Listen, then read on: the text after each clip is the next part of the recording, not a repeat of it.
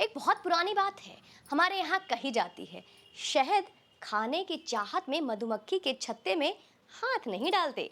नमस्ते भारत, कैसे हैं आप लोग? इशारा तो समझ ही गए होंगे। कनाडा जो कल तक अपनी जिंदगी आराम से जी रहा था, अब भारत के हेट लिस्ट में पाकिस्तान, चीन के बाद सफलता से तीसरे स्थान पर अपनी उपस्थिति दर्ज करा चुकी है। तालियां तालियां दोस्तों। एक खालिस्तानी समर्थक और घोषित आतंकवादी हरदीप सिंह निज्जर की हत्या ने उस पर ऐसा असर किया है कि जिस राष्ट्र और जिस राष्ट्राध्यक्ष के सामने पूरी दुनिया नतमस्तक हो रही, उस पर लांछन लगाने में भी तनिक भय न खाया। जस्टिन ट्रूडो निज्जर के हत्या के पीछे भारत के हाथ है, ऐसा कहकर कनाडा यह साबित करना चाह रहा था कि भारत किसी के साथ संबंध बनाए रखने के काबिल दूसरे राष्ट्रों के आंतरिक सुरक्षा नियमों का पालन नहीं करता है।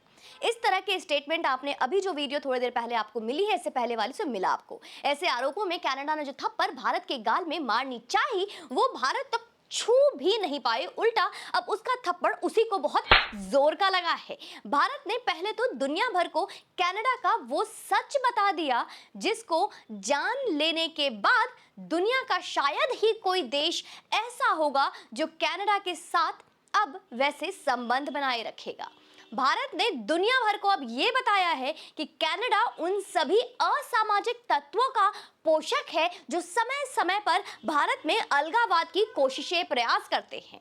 यह भारत ने के अंदर एक अलग राष्ट्र सिख लैंड या कहे खालिस्तान को लेकर चरमपंथी तरीकों से अपना एजेंडा चलाते हैं। यह हम सब बार बार, जैसे मैंने पहले आपको बताया वीडियो में, दिख रहे हैं हम लोग।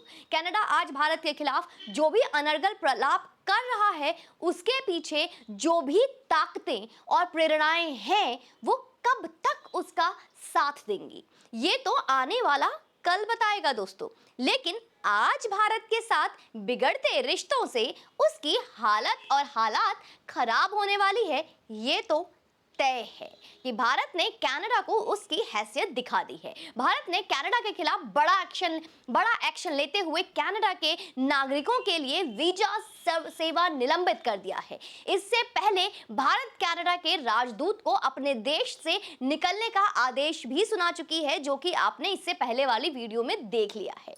भारत सरकार के विदेश मंत्रालय ने वहां रहने वाले भारतीयों के लिए भी एडवाइजरी जारी करते हुए कहा है कि कनाडा में बढ़ती भारत विरोधी गतिविधियों, राजनीतिक रूप से प्रेरित घृणा, अपराध और आपराधिक हिंसा की वजह से वहां रहने वाले सभी भारतीय या वहां जाने को तैयार भारतीय बहुत अधिक सतर्कता बरते।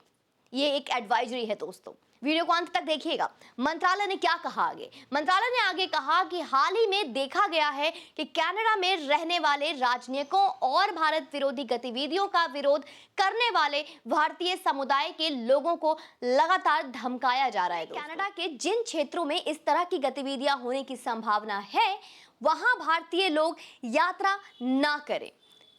कनाडा के खराब हालात को देखते हुए भारतीय छात्रों को खास तौर पर अत्यधिक सतर्कता बरतने की सलाह दी गई है और यह आवश्यक भी थी। याद रहे, हमने यह कदम पहले नहीं उठाया, इस बात को लेकर कभी भी गुमराह ना हो, बल्कि एक दिन पहले कनाडा ने भी भारत जाने वाले अपने नागरिकों को एडवाइजरी जारी कर सतर्क रहने को कहा था।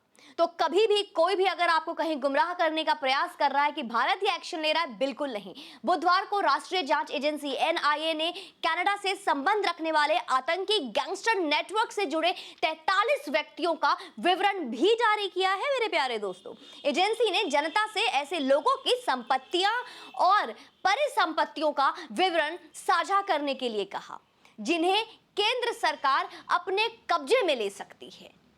एनआईए ने गोल्डी बरार, ये नाम कोई नया नहीं है आप लोगों के लिए, एनआईए ने गोल्डी बरार, राजेश कुमार प्रिंस, अनिल वी और मोहम्मद शाहबाज की तस्वीरें उसके नाम के साथ जारी की है और इनके जरिए बताया गया है कि इनमें से कई गैंगस्टर कनाडा में रह रहे हैं। भारत अगर अगले बड़े कदम की ओर बढ़ता है तो उसका कदम क्या होगा? भारत से कनाडा जाकर पढ़ाई करने वाले बच्चे के रोकथाम का। अगर रिश्ते बिगड़ते हैं तो भारत ये कदम उठा सकता है और कनाडा हर साल 30 अरब डॉलर की कमाई इस रास्ते से करता है दोस्तों। इसके अलावा बाहर से जाकर पढ़ाई करने वाले छात्रों के ना आने से उसके हाउसिंग सेक्टर को भी अभूतपूर्व झटका मिलेगा। कनाडा के प्रमुख महानगर जैसे ग्रेटर टोरंटो, ग्रेटर वैंकूवर और इतना ही नहीं, कैलगरी भारत से आकर रहने वाले छात्रों के बिना पत्तों के पेड़ जैसे हो जाएंगे, जो बिना पत्तों के पेड़ होते हैं, माफी चाहूंगी।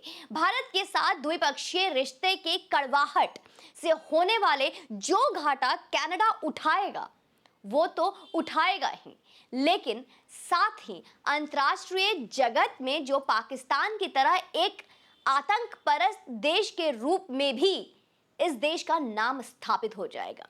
तो ये मत भूलिए कि भारत इस वक्त अंतर्राष्ट्रीय बिसात में एक बड़ा खिलाड़ी है। हमारी मां भारती दुनिया की सबसे बड़ी आबादी वाला देश, दुनिया भर में सबसे बड़ी युवा आबादी वाला देश हमारा देश है। अभी दुनिया भर की बात करें तो पश्चिमी देश, विशेषकर अमेरिका के चीन के सबसे बड़ी चुनौती है और बाकी दुनिया को चीन से मुकाबला करने के लिए अगर हिम्मत चाहिए तो सिर्फ भारत दे सकता है।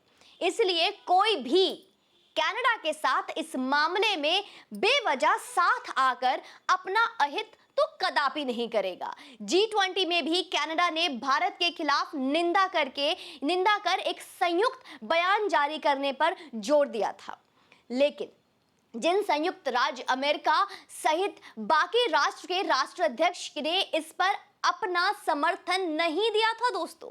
उन्होंने कनाडा को पहले सबूत जुटाने को कहा भारत के खिलाफ और फिर जाकर ऐसे समर्थन की उम्मीद रखने को कहा। तो अगर सिंपल है दोस्तों, पूरे खेल का देखा जाए तो पाकिस्तान के बाद अगर यही हालात रहा तो कटोरा थामने की जल्दी बारी कनाडा की लगती है और ऐसा मालूम हो रहा है। तो देखिए आगे क्या होता है, क्योंकि अभी कनाडा ने अमेरिका से मदद मांगी और अमेरिका ने मना कर दिया, लेकिन ये तय है कि ये नया भारत है, जितना मारेगा उससे ज्यादा घसीटेगा। तो दोस्तों इस बात को याद रखिए कि अब वो पुराना देश नहीं कि कोई भी आएगा और कुत्ते की तरह भौंक के चला जाएगा और हमारे नेतृत्वकर्ता उसको ध्यान से सुनेंगे और जी हजूरी करेंगे। ये नया भारत है, यहां पे पहले जैसा अब कुछ भी नहीं, झुकेंगे नहीं। जय हिंद, वंदे मातरम। और मुझे अपने देश पर गर्व है, और आपको?